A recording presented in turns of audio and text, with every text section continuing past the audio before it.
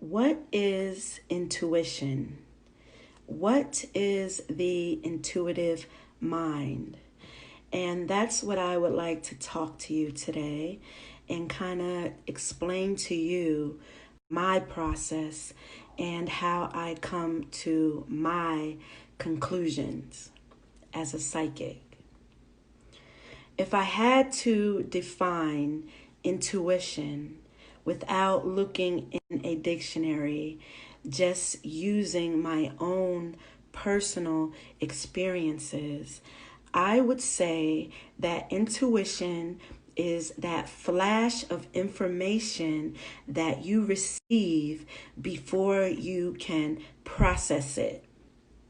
If you take too much time trying to process the flash of information that was sent to you through your gut, spirit, or brain, that is not intuition. That's reasoning. And there's nothing wrong with reasoning, but when you start looking for reasons, you can start to doubt your intuition. And having strong intuition means trusting that flash of information that was sent to you and deciphering it without hesitation. So when you hesitate and start questioning that flash of information that is being sent to you from the universe, you start to cast doubt. And doubt is the killer of intuition. As a master psychic, I have learned to trust my intuition and stop casting doubt. That's why when a lot of people read with me, they say, wow, I get all these reviews. She connects so quickly. And that is because I go with that flash of information, I decipher it, and I convey it back to the client. And I can do that rather quickly. Usually before reasoning kicks in, intuition kicks in and it tells you what is going on. Like if you were walking near a swamp and you seen an alligator, your intuition would tell you to run. Now, if you sit there, is that an alligator over there? You might be in some trouble. So we really have to trust that information that comes to us before we start putting reasoning on top of it. When messages come to me, they come like flashes of light, just very quickly.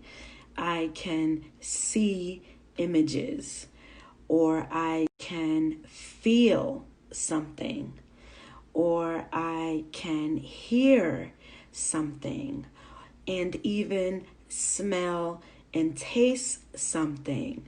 So sometimes flashes come very, very quickly, but my mind has learned to take those flashes of light and information and slow it down so I can interpret it and see the signs that are being presented to me. Now, the gut and the brain are scientifically connected. Some say the gut is the second brain, and often that can be more physical. Then once it goes to the gut, it can travel very quickly to the brain gets the signals, then it starts to overthink and over process things. That's why when it comes to intuition, sometimes it's better to go by what you feel than what you think. So if you walk into a situation and it doesn't feel right, it probably isn't right. Like, for example, you met a new guy and something just seems really off about him, and you can kind of feel it, and you can feel it in your gut. But again, once it travels to your brain, you start thinking about it, you start processing it. So your brain be like, you know what? I think he'll change. He's not that bad. And you start to find reasons to excuse his behavior and that gut feeling that you have. So you really need to trust your gut and not ignore it.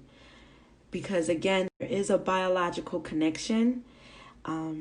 If you don't want to take my word for it, read that book Limitless by Jim Quick. He breaks it down very lovely, and he will explain to you exactly how there is a very strong connection between the brain and the gut. Okay, so trust your gut. And that is the difference between you and I.